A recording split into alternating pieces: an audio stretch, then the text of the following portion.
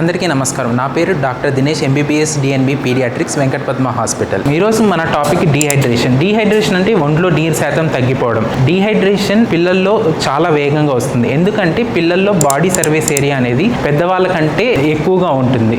చాలా మంది parents early signs of డీహైడ్రేషన్ని మిస్ అవుతారు. ఈ వేసవి కాలంలో డీహైడ్రేషన్ రిస్క్ చాలా ఎక్కువగా ఉంటుంది. ఈ 5 లక్షణాలు కనిపించినప్పుడు జాగ్రత్తగా ఉండాలి. నోరు, పెదాలు ఎండిపోవడం, ఏడ్చిన కన్నీళ్లు రాకపోవడం, మూత్రం తగ్గిపోవడం లేదా డార్క్ యూరిన్ అవ్వడం, కళ్ళు లోపలికి పడినట్టు కనిపించడం, పిల్లలు అలసటగా లేదా ఎక్కువ మత్తుగా ఉండడం, జ్వరం లేదా వాంతులు లేదా విరోచనాలు అయినప్పుడు డీహైడ్రేషన్ రిస్క్ చాలా ఎక్కువగా ఉంటుంది. పేరెంట్స్ గా మీ బాధ్యత ఇంట్లో ఉన్నప్పుడు తరచుగా ఓఆర్ఎస్ ఇవ్వడం, నీళ్ళు ఇవ్వడం, నీళ్ళ రూపంలో ఏదైనా పర్లేదు, మజ్జిగ, బార్లీ ఏదైనా ఇవ్వడం, 6 నెలల లోపల పిల్లలకు తరచుగా తల్లిపాలు ఇవ్వడం. ఈ లక్షణాలు ఉన్నప్పుడు చాలా జాగ్రత్తగా ఉండాలి. వెంటనే దగ్గరలో ఉన్న హాస్పిటల్కి సంప్రదించాలి.